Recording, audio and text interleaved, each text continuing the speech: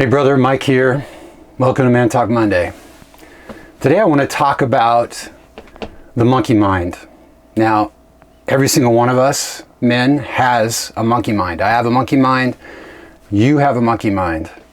And so what do I mean by monkey mind? It's that part of us that activates whenever we sense a threat in the environment. When that happens, we tend to go into a kind of fight, flight, or freeze mode. The amygdala activates in the back of our head. Our prefrontal cortex shuts down. And from that point on, we just are looking for what is safe and what is dangerous. We look for what is an enemy and what is a friend. Everything becomes very binary in the way that we think, because our only issue at that point is survival. That part of our brain is not designed for complex thinking. And this was great. When we lived in caves, when we hunted out in the field, it allowed us to survive. And we would have these moments of danger, and then we would go back to the cave with our kill, and we would be able to relax, and we would sit with our families, we'd enjoy a feast, and then we'd do it again the next day. The problem today is that we now live in what the business world calls a VUCA world. I don't know if you've heard that acronym before, VUCA. It stands for volatile, uncertain, complex, and ambiguous. Our entire society is now rife with contradictions and paradoxes and polarization and violent rhetoric happening all over the place, so that it is a very easy thing to feel threatened every single day. And most of us, if we let it, will feel threatened every single day. All you have to do is open up pretty much any social media app and start to scroll, and you will start noticing the tension rising in your shoulders or in your chest. You'll start activating that monkey mind. Now, the problem with that is that your monkey mind makes you stupid. And you kind of know this. If you're in your right mind, you know this. Everyone will tell you you should not make major decisions about your life when you're really angry. You should not make major decisions about your life when you're all stressed out. You shouldn't make major decisions about your life when you're shaking in fear. Those are not times for you to think creatively or innovatively about your situation and what you want to do. But many of us now are going into our days and into our weeks and into our years with this constant spinning going on in our heads, the monkey mind trying to navigate through all of these perceived threats, whether real or imagined, trying to make sense of them, but we're using a stupid part of our brain to do it. The result of that is that we're very prone to making very poor decisions. And so you need to figure out how to tame your monkey mind if you want to actually step into your full power as a man, your full creativity as a man, your full maturity as a man. What we need right now are not men who are wrapped up in their anger, who are feeling their kind of self-righteous indignation about the world, who are afraid but pretending not to be afraid, and are worried or stressed and pretending not to be, or maybe just puffing up and saying, no, I got this, or pretending that they're tougher than they are. None of that is actually going to help solve anything. It's actually going to make it worse. So I'm going to give you some tips about how to become aware of your monkey mind, and then I'm going to give you 4 things to do to over time learn how to tame your own monkey mind. All right, so here we go. The first one is just to recognize this simple fact. You have thoughts, right? Your thoughts are not you. You have thoughts, your thoughts are not you. This may sound really simple, but the monkey mind typically happens when we have a thought and that thought takes us captive and then it runs away with us. It takes us down a rabbit hole. And you've experienced this. I know you have. You'll be on some app somewhere reading some news article, and I use the word news in quotes. You know how that goes these days. But you're reading something and it opens up a rabbit hole for you that then your monkey mind activates and down you go. And then the next thing you know, an hour has passed, 2 hours have passed, you're all worked up, you're feeling anger, you're feeling fear, though you may not want to call it fear, you're feeling sad, not want to call it sorrow. All these things are activated in you and you've gone back into your monkey mind, and now all you're doing is trying to figure out where is safety and where is danger. And that binary way of looking at the world doesn't create any solution for us today. The world is too VUCA, is too volatile, uncertain, complex, and ambiguous for that to be a solution. So you have thoughts, you are not your thoughts. And instead of having your thoughts take you captive, you need to just be aware of the fact that you can take your thoughts captive. This was expressed really beautifully by the Apostle Paul, again in the Bible, in the book of 2 Corinthians. I want to read this verse for you. The Apostle Paul, in that chapter, 2 Corinthians 10:5, challenges us to demolish every argument and every pretension that sets itself up against the knowledge of God, and to take captive every thought and make it obedient to Christ. I'll read that again, and then I want to talk about it for a sec. He challenges us to demolish every argument and every pretension that sets itself up against the knowledge of God, and to take captive every thought and make it obedient to Christ. So what does it mean when he says to make something obedient to Christ? Well, it says elsewhere in Scripture, just on a fundamental level, that God is love. So here's the way it works. When you look at the world through the lens of anger, or through the lens of fear, or through the lens of stress, or through the lens of worry, it's like putting a kind of blinder on.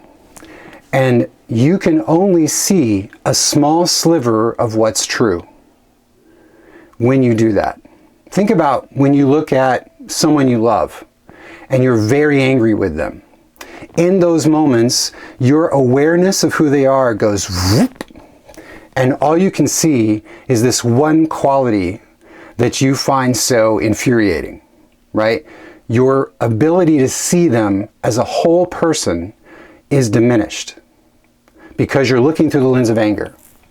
So what Paul is saying here is that you need to take every thought captive and then look again at reality, at the world, at the system, at the people through the lens of love. Because where anger and worry and stress and fear limit your ability to perceive, love lets you see everything. And you also know this intuitively, because when have you felt the most seen, the most understood? I tell you, and you know this, it's only been when someone has looked at you through the eyes of love. Love is a powerful lens. It lets you see both the beauty and the profanity of the world at the same time. Contrary to what popular culture sometimes says, love is not rose-colored glasses. Love doesn't put some kind of Pollyanna polish on the world. Love lets you see reality.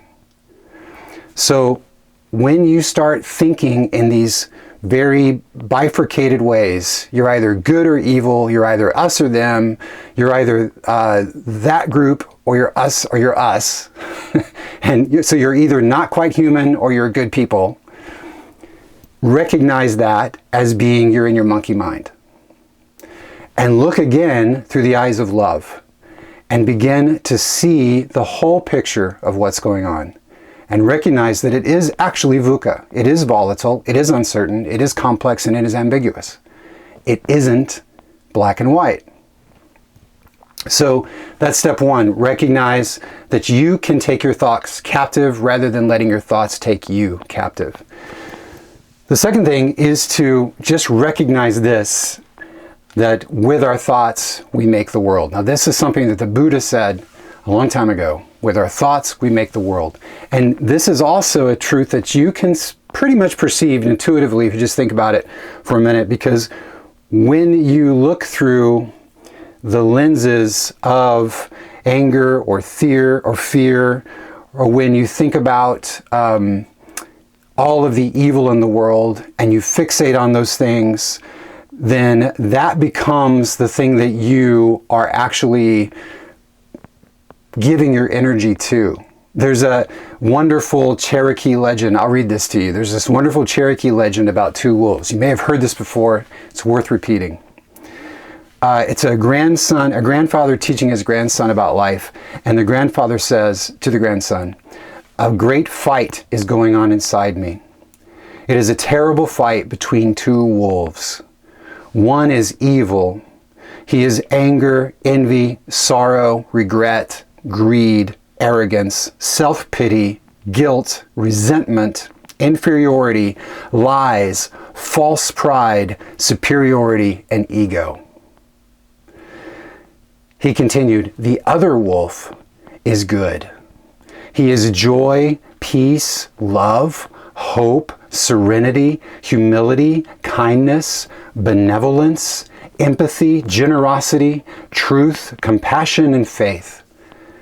The same fight that is going on in me," said the grandfather, "is going on inside you, and is going on inside every other person too." The grandson thought about it for a minute, and then he asked his grandfather, "Which wolf will win?" And the old Cherokee simply replied, "The one that you feed." See, there are, in every one of us, these two dreams that we carry around. There's what I would call like the high vision, our highest hope for what life is or what it could be, both in ourselves and in the world around us. And then there's also our worst fear, our worst nightmare, the thing that we dread or fear happening in the world or in ourselves. The one you feed grows. The one you starve dies. The one you give attention to thrives.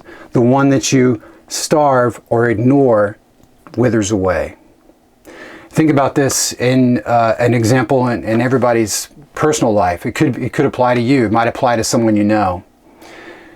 We all know a guy like this, actually. Somebody who suspects that his wife or his girlfriend is cheating on him, right? So he's obsessed with this idea. So he's constantly looking with suspicion at the stuff that she does. He's looking at wondering who she's texting. She's wondering who she's talking to on the phone. He's wondering where she went when she goes to the store and she's gone a little bit too long.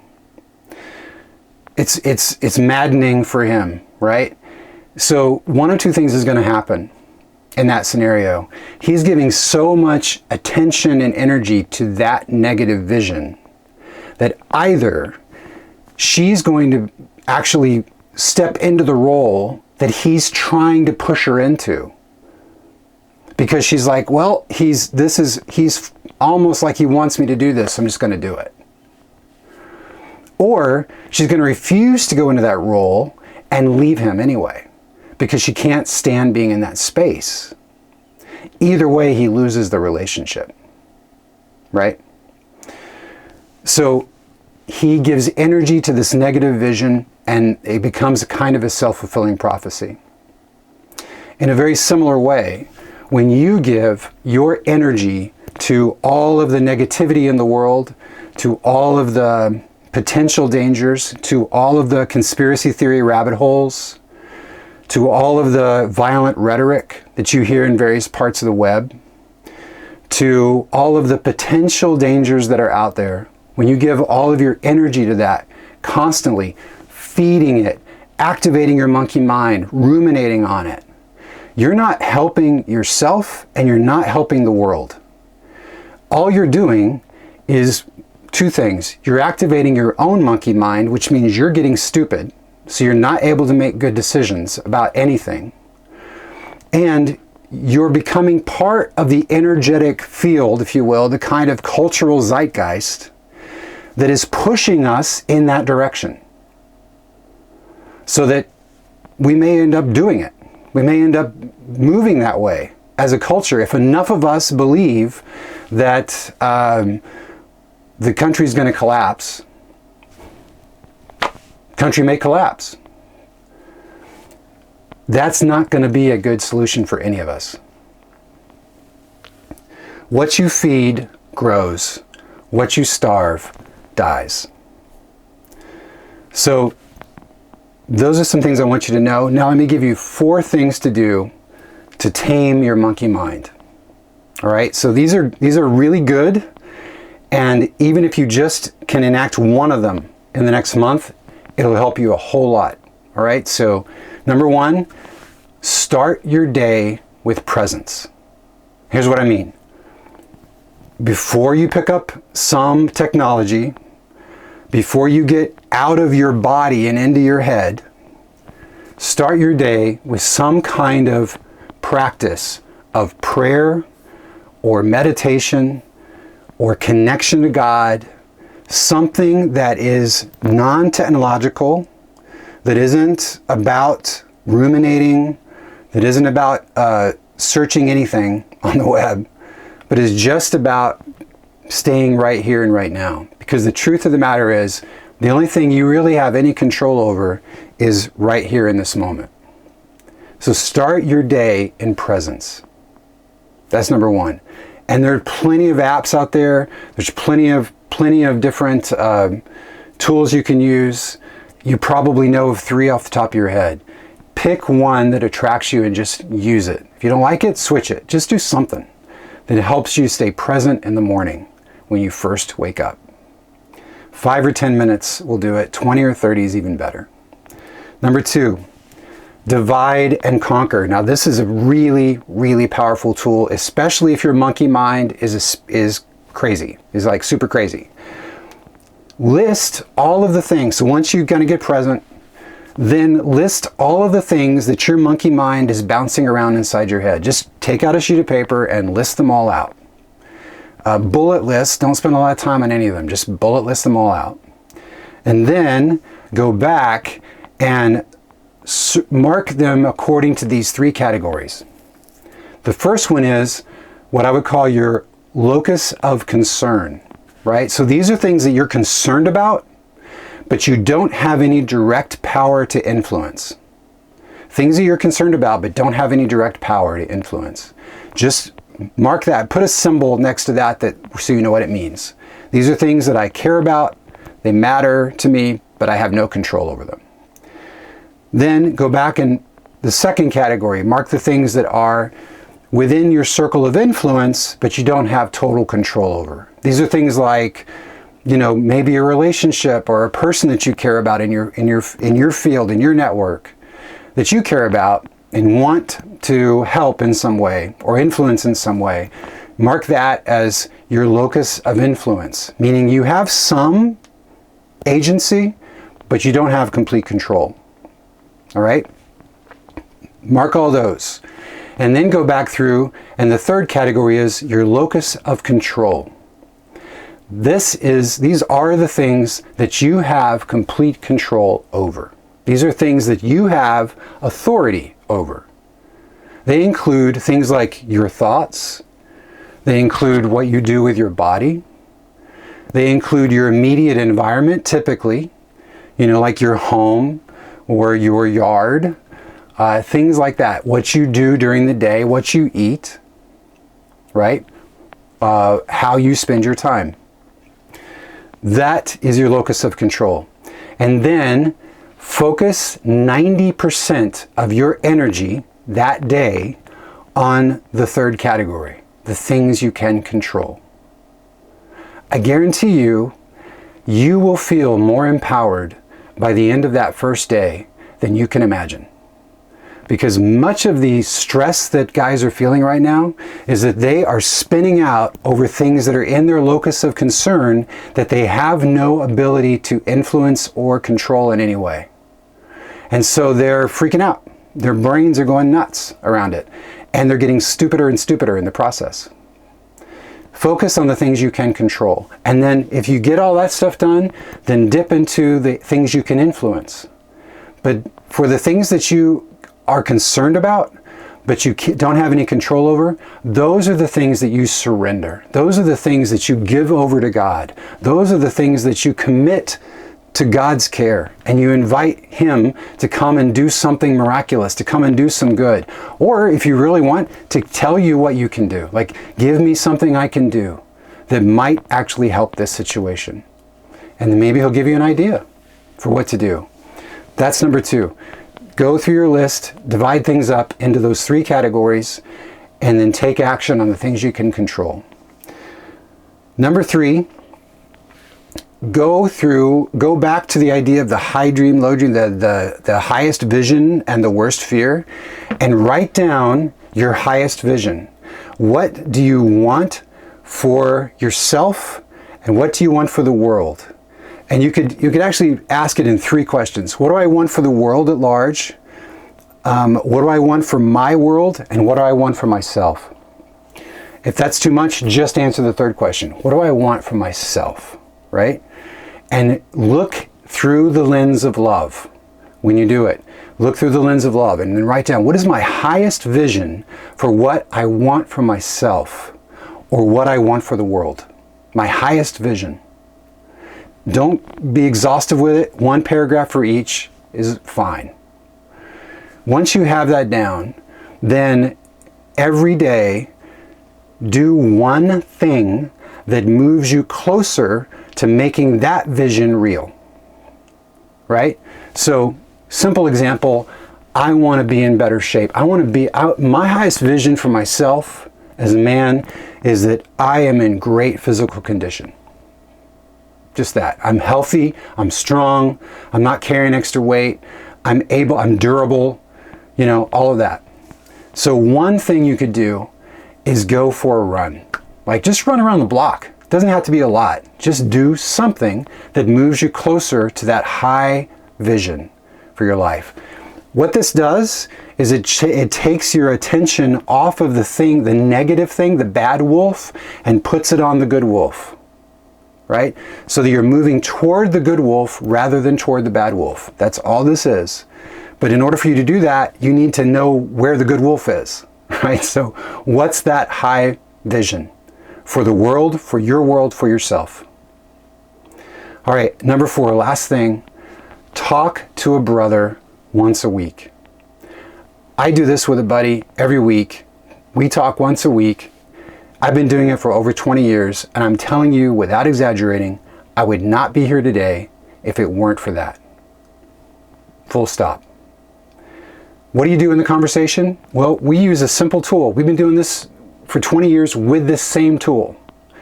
We call it SASHAY. That's another acronym. It stands for sad, angry, scared, happy, excited, and tender. Sad, angry, scared, happy, excited, and tender. It's just these 6 words that we use as markers to tell each other, to give each other a kind of survey of what's happening inside us. This is not a call that's designed to fix anything. We're not there to diagnose each other. It's just a safe environment, a safe space, a confidential space where I am sharing with a trusted confidant what's happening. Again, no fixing, just sharing what's happening. I'm happy about this. I'm excited about this. I'm sad about this. I'm angry about this. I'm tender about this. That's all we do. And then we're done. That simple practice, what that does is it gets a lot of that energy that's stirring your monkey mind. It gets it out of your body and into a relationship. And when it's in a relationship, it's farther away from your head, so you're able to make better decisions about it. Simple as that. So those are the 4 things I would recommend you do to tame the monkey mind. And just again to reiterate, your monkey mind is not your friend, right? So if you are doom scrolling, if you're going down all these rabbit holes, conspiracy theory rabbit holes, if you're spending time ruminating about how messed up the world is, and spinning out about that stuff, getting angrier about that stuff, getting stressed about that stuff, I'm sorry to say it, you are part of the problem and not part of the solution. Be a part of the solution by getting out of your monkey mind, where you can think creatively and innovatively about the world through the lens of love. That's how it happens. That's how the men who are going to actually fix this are going to fix it. It's not going to happen from the guys who are in their monkey mind. So that's it for today. That's your Man Talk Monday. Hope you guys have a beautiful day, beautiful week. Take at least one of these things and put them into practice, and let me know how it goes down in the comments below. We'll see you next time.